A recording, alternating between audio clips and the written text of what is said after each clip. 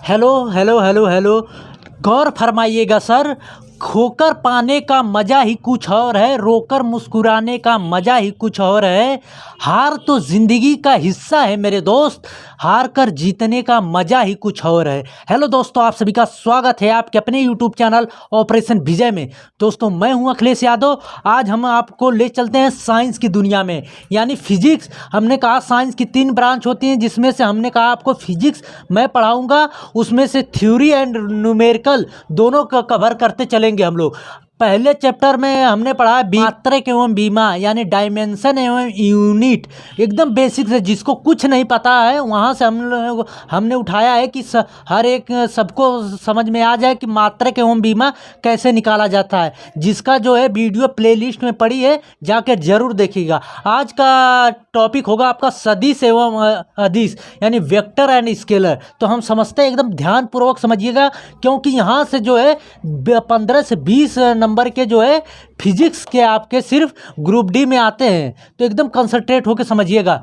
सदिश एवं अदिश, सदिश एवं अदिश, ठीक। अब आप समझिए, स मतलब होता है हाँ, और अ मतलब होता है नहीं।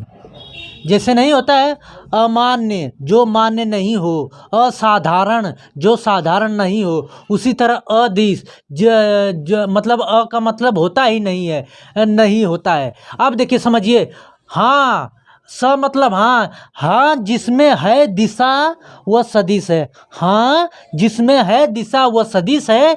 नहीं, नहीं नहीं है जिसमें दिशा वह अदिश है, नहीं जिसमें नहीं है दिशा वह अदिश है। देखिए कैसे। अब देखिए, इसको अगर हम परिभाषा एक नियम से बनाएं कि इसका नियम, तो वे भौतिक राशियां जिसमें दिशा एवं परिमाण दोनों, दिशा एवं परिमाण दोनों वो सदिश कहलाती हैं।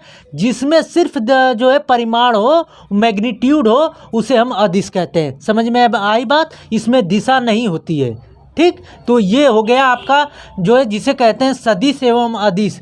अब देखिए, इसको निरूपित कैसे करते हैं, मतलब कैसे पता करें कि अगर कोई चीज़ लिखा है, कोई नंबर लिखा है, तो कौन सदिश है कौन अदिश। देखिए, जैसे ये बोर्ड कहीं अगर चौराहे पे लिखा है, लगा है बोर्ड, ठीक। अब ये बोर्ड लगा है और यहाँ पे लिखा है 5 किलोमीटर अंदर की तरफ फलाने का घर है। अब ये बोर्ड पे लिखा है 5 किलोमीटर, मान लीजिए फलाने का घर है अंदर की तरफ। अब किधर अंदर की तरफ है ये नहीं यहाँ पे मेंशन किया है कि पूर्व है कि पश्चिम है कि उत्तर है कि दक्षिण है, ये यहाँ पे मेंशन नहीं किया है, ठीक। तो अगर हम यहीं पे कह दें कि भाई फलाने का घर 5 किलोमीटर अंदर पूरब की तरफ है, तब आपको यहाँ पे सटीक जानकारी ये बोर्ड से मिल जाएगी कि इनका घर जो है पूरब की दिशा में 5 किलोमीटर है। तो ये जो तीर का एरो का निशान दिखाए हैं, यही जो है दिशा को निरूपित करेगा आपके। यही जो है दिशा के, यानी पूरब पश्चिम, जिधर भी उत्तर दिखाना होगा तो इस तरह दिखाएंगे, दक्षिण दिखाना होगा तो इस तरह दिखाएंगे, पश्चिम दिखाना होगा तो इस तरह दिखाएंगे, ठीक। तो समझ गए। तो ये जो एरो के साइन है, ये किसको दिखाता है, दर्शाता है सदिश को। अब देखिए, ये जो हेड है इसका, एरो का जो हेड है, ये इसको दिखाता है दिशा को, और जो है ये जो इसका टेल है, यानी ये जो पूंछ है, ये दिखाता है परिमाण को। समझ में आई बात? ये जो इसका एरो का मुख है वो दिशा को दिखाता है, ये जो हेड टेल है यानी इसका पूंछ है, ये परिमाण को दिखाता है। समझ गए? और देखिए, और समझिए इसमें कि जैसे अगर हम कह दें कि आपको 3 किलोमीटर वह जो है पूरब की दिशा की ओर है। अगर हम कह दें कि उनका घर 3 किलोमीटर पूरब है। अब समझिए, ये जितने ये मात्रक एवं नंबर होते हैं, इनको हम कहते हैं क्या, परिमाण कहते हैं। परिमाण के साथ जब तक ले दिशा नहीं लगती, तब तक ले वो क्या कहलाती है, अदिश राशि कहलाती है। जैसे ये अदिश का एग्जाम्पल ले ले तो जैसे 3 किलो चावल, ठीक, 3 किलो चावल। अब 3 किलो चावल अगर किसी बनिए के पास या दुकानदार के पास गए, कहेंगे 3 किलो चावल दीजिए, तो ये इसमें दिशा कहीं दिख रहा है आपको कि 3 किलो चावल दीजिए, जो सबका जो है मुख जो है चावल का पूरब या होना चाहिए या पश्चिम होना चाहिए, ऐसा कुछ दिशा दिख रहा है? 3 किलो चावल, 5 लीटर दूध, इसमें कुछ दिशा निरूपित दिख रही है? नहीं दिख रही है। तो यानी ये के 3 किलो चावल, 5 लीटर दूध, ये सब क्या है? अदिश है। और ये क्या है? 3 किलोमीटर पूरब या 3 किलोमीटर उत्तर की तरफ। तो ये देखिए, ये आपका परिमाण होता है, परिमाण होता है, और ये जो दिशा दिखाता है ये दिशा। अब इन दोनों को मिला के जो है क्या कहलाएगा? सदिश कहलाएगा, सदिश। और इसमें सिर्फ क्या होता है? ये 5 लीटर दूध या 3 किलो चावल, ये सिर्फ क्या होते हैं? परिमाण होते हैं। क्या होते हैं? परिमाण होते हैं। समझ में आ गई बात? तो अब समझिए इसके आगे। ये तो समझ गए कि सदिश और अदिश को कैसे पहचाने। कि सदिश जो है साधारण बीजगणितीय नियम का पालन नहीं करता, जबकि अदिश जो है आपके साधारण बीजगणितीय नियम का पालन करता है। जैसे देखिए, 3 केजी चावल प्लस 5 केजी चावल मिलके हो गया आपका 8 केजी चावल, ठीक। लेकिन यहाँ पे 3 किलोमीटर पूरब और 4 किलोमीटर जो है 4 किलोमीटर पश्चिम, ये कभी नहीं जोड़ के कह सकते कि 7 किलोमीटर, ठीक। ये सदिश की एक अपनी बीजगणितीय होती है, जिसके कुछ नियम होते हैं, उससे ये जोड़े जाते हैं, ठीक। लेकिन यहाँ पे ये साधारण बीजगणितीय नियम का पालन करता है। ये आपसे क्वेश्चन में पूछेगा कि कौन जो है साधारण बीजगणितीय नियम का पालन करता है, कौन नहीं करता है। तो कौन करता है? ये करता है साधारण बीजगणितीय नियम का पालन, ये नहीं करता है। समझ गए? और देखिए, अभी हमने कहा कि आपको सदिश राशि को अगर व्यक्त करना है तो कैसे करेंगे। जैसे ये ए लिखा है, इसको व्यक्त करना तो इसके ऊपर एरो का साइन लगाएंगे। तो हमने आपको बताया कि जो एरो की साइन होती है, ये हेड होता है जो दिशा को दर्शाता है, ये दिशा को दर्शाता है। ये जो टेल है, ये जो है इसको किसको दर्शाता है? परिमाण को परिमाण को दर्शाता है।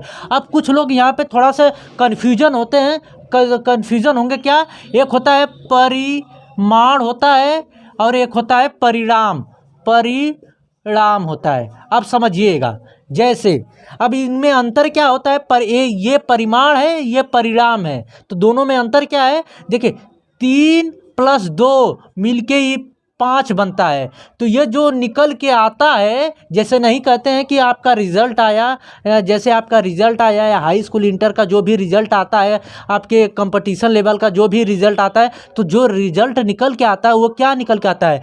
परिणाम निकल के आता है। कहते नहीं कि आपका परिणाम क्या निकल के आया। तो ये जो निकल के आया है ये परिणाम है, परिणाम है। और जो ये दोनों हैं अलग अलग, ये होते हैं परिमाण होते हैं। क्या होते हैं? परिमाण होते हैं। समझ में आ गई बात? परिणाम और परिमाण में अंतर क्या होता है, तो कन्फ्यूजन मत होइएगा यहाँ पे, ठीक। तो हमने आपको सदिश राशि को कैसे निरूपित करते हैं ये समझ गए। अब देखिए, अब वेक्टर यानी कि सदिश राशि को परिमाण कैसे निरूपित किया जाता है। अब हमने कहा मैग्नीट्यूड,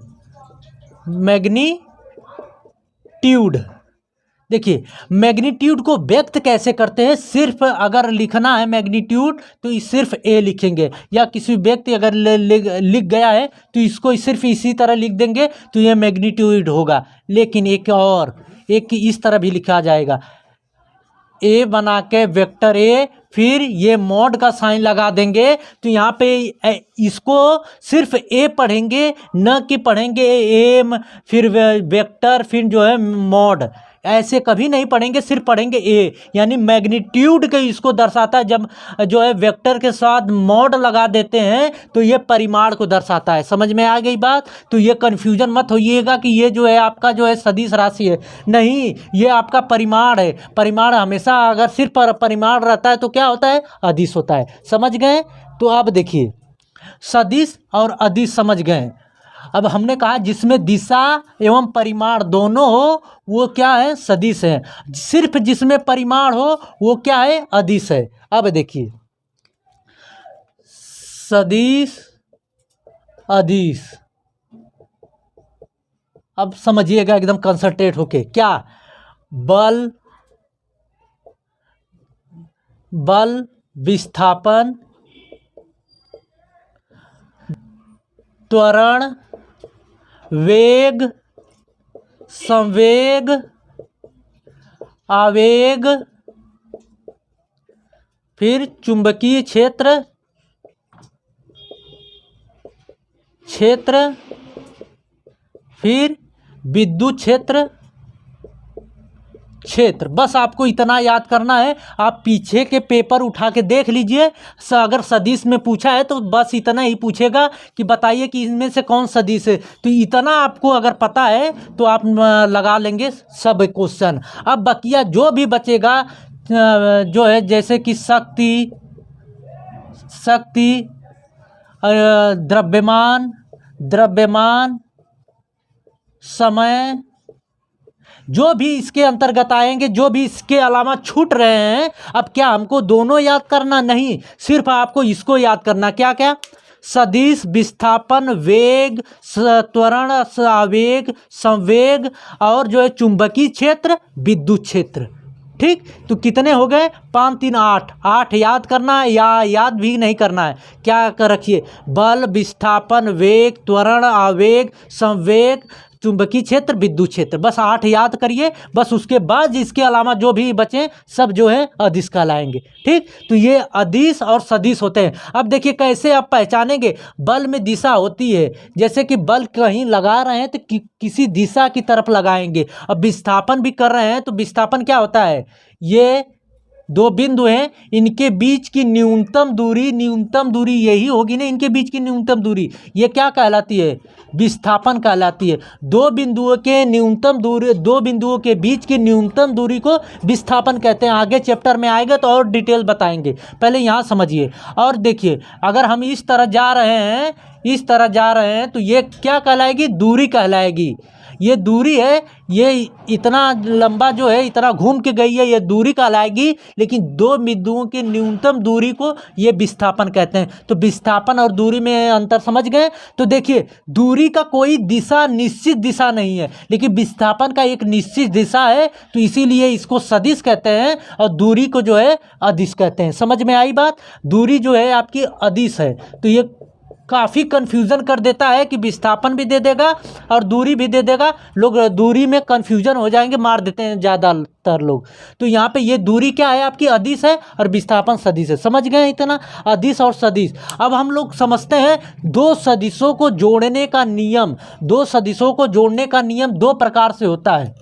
दो सदिशों को जोड़ने का नियम जो है दो प्रकार का होता है। अब इसको बताने के बाद हम लोग इससे रिलेटेड, जोड़ने से नियम के रिलेटेड क्वेश्चन देखेंगे। अब सदिशों को जोड़ने का नियम तो ये दो प्रकार के होते हैं, दो प्रकार के होते हैं। पहला होता है त्रिभुज का नियम, त्रिभुज का नियम। क्योंकि जो है इससे जो है क्वेश्चन नहीं आते, बस जान लीजिए क्या होता है। जैसे दो सदिश राशियां हैं, एक वेक्टर ए है और एक वेक्टर बी है। ठीक, तो इनका, इसका जो है टेल मतलब पूंछ, और इसका हेड एक दूसरे पे इसका टेल इसके जो है हेड पे आके जुड़ जाएगा, तो इस तरह बनेगा। देखिए इस तरह बन जाएगा। ये वेक्टर ए है आपका, ये वेक्टर बी है। तो इसका जो है परिणाम निकल के आएगा, परिणाम, परिमाण नहीं, परिणाम जो निकल के आएगा आर बराबर, तो vector A plus vector B आएगा। ठीक, तो vector A plus vector B निकल के आएगा। क्योंकि ये पूछता ज़्यादा नहीं है, बस ये जान लीजिए त्रिभुज जो है सदिशों को जोड़ने के दो प्रकार होते हैं। ये पूछ सकता है आपसे कि सदिश के कितने प्रकार होते हैं जोड़ने के नियम के? दो प्रकार के होते हैं। एक होता है त्रिभुज का नियम, तो त्रिभुज का नियम ये। अब वो एक होता है जो है आपके समांतर चतुर्भुज का नियम, एक होता है समांतर चतुर्भुज का नियम, जो दूसरा है। तो यही से क्वेश्चन आपके बनेंगे सदिश और अदिश में। देखिए समांतर चतुर्भुज के नियम दूसरा है, समांतर चतुर्भुज का नियम, भुज का नियम।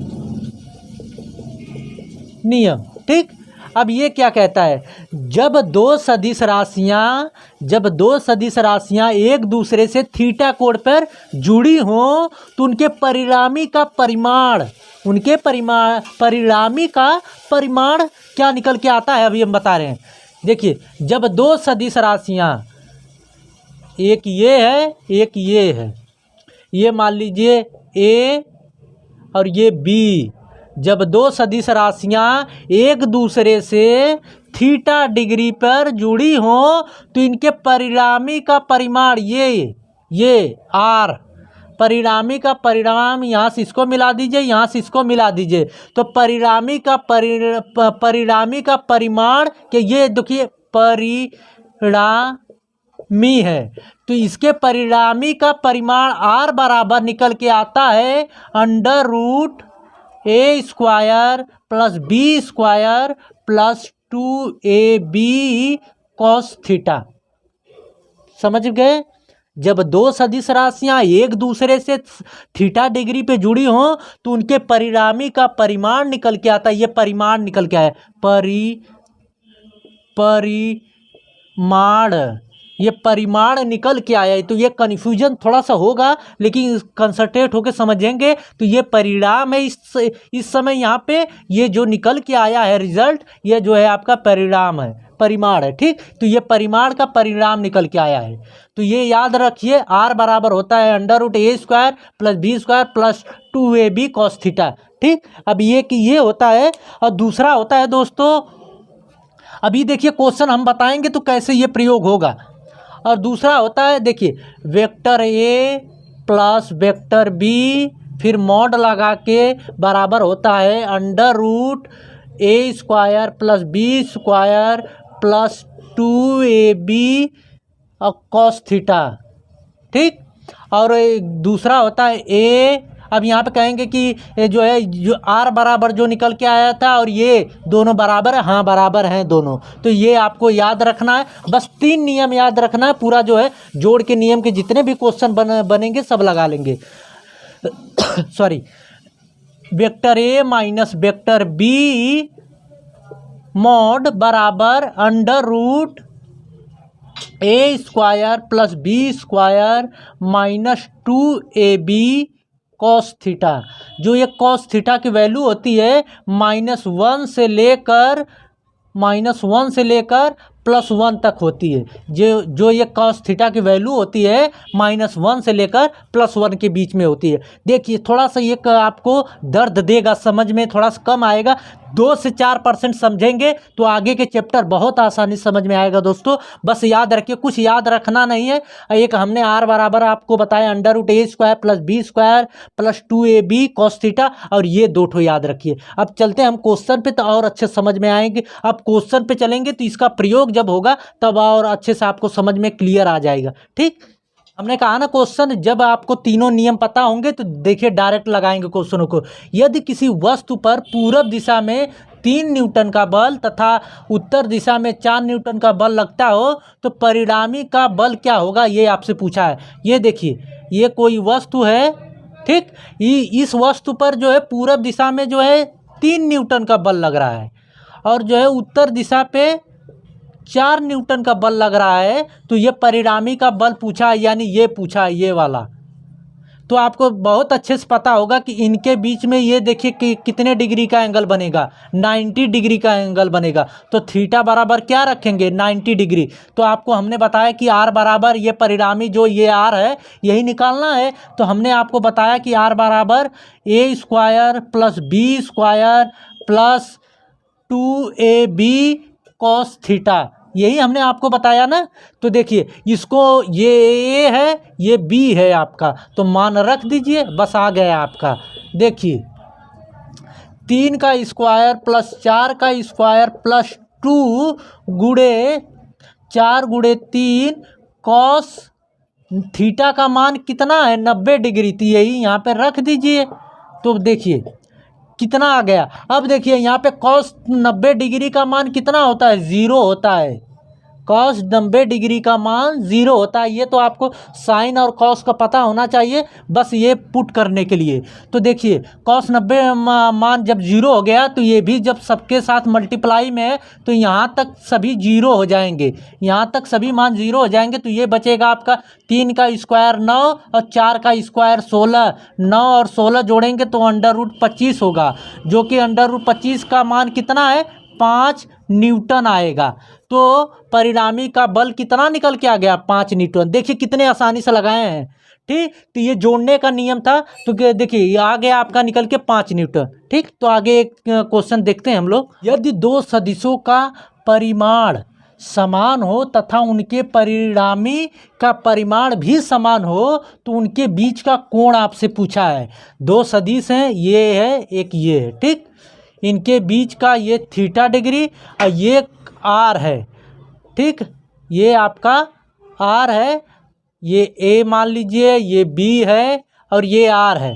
ठीक, तो कहा ये तीनों आपस में बराबर में, यही कहा ना दो सदिशों का परिमाण समान हो, यानी समान मतलब ए बराबर बी है बराबर, फिर उनके परिणामी का परिमाण भी समान है, यानी ये भी समान है। ठीक, तो देखिए यहाँ पे लंबाई नहीं दिया है तो हम क्या मान सकते हैं, एक्स मान सकते हैं, माना सबके बराबर एक्स मीटर। ठीक, तो यहाँ पे देखिए आर बराबर हमने क्या सूत्र याद किया, A square plus B square plus 2ab cos theta, यही पता है ना आपको, बस आप समझिए। यहाँ से आपके क्या पूछा, उनके बीच का कोण, ये थीटा का मान पूछा है। तो आर सबके बराबर एक्स है तो आर के बराबर भी एक्स है। यहाँ पे देखिए तो एक्स बराबर X under root X square plus 2x into X cos theta, इतना समझ गए। अब देखिए दोनों पक्षों का वर्ग करने पर तो ये आपका हट जाएगा अंडर रूट इधर का, तो इधर एक्स स्क्वायर बराबर यहाँ पे हो जाएगा x square plus x square 2x square plus 2 और यहाँ पे एक्स गुणे एक्स मतलब एक्स स्क्वायर कॉस थीटा। ठीक, कॉस थीटा। अब यहाँ से देखिए, यहाँ से एक्स स्क्वायर यहाँ पर भी है, एक्स स्क्वायर यहाँ पर भी है और एक्स स्क्वायर यहाँ पर भी है, तो यहाँ से इन दोनों में से एक्स स्क्वायर कॉमन कर लीजिए। तो एक्स स्क्वायर बराबर एक्स स्क्वायर कोष्टक में 2 + 2 cos theta.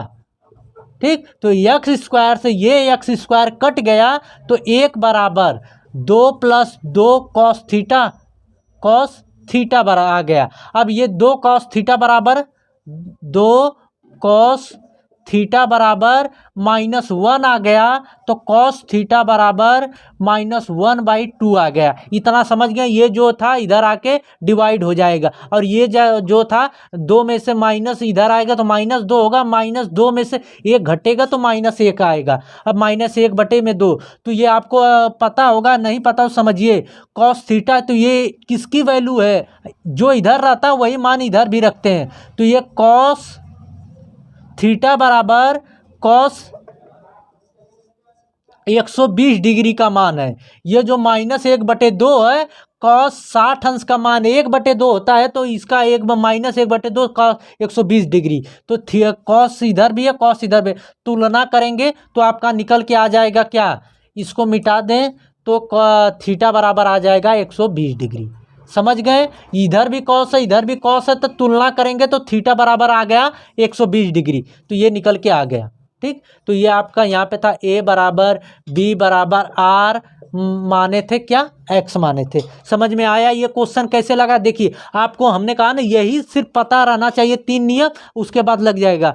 Vector and scalar का एक क्लास और होगा, उसके बाद वेक्टर एंड स्केलर सब खत्म हो जाएंगे, तो आप लगाइएगा वेक्टर एंड स्केलर के कोई भी क्वेश्चन तो यहाँ से बाहर नहीं जाएगा। तो आई होप कि ये वीडियो आप लोगों को अच्छी लगी होगी। दोस्तों अभी तक चैनल को सब्सक्राइब नहीं किया तो सब्सक्राइब कर लीजिए और बेल आइकन को दबा दीजिए कि आने वाले वीडियो का नोटिफिकेशन मिलता रहे। मिलते हैं अगले वीडियो में। जय हिंद।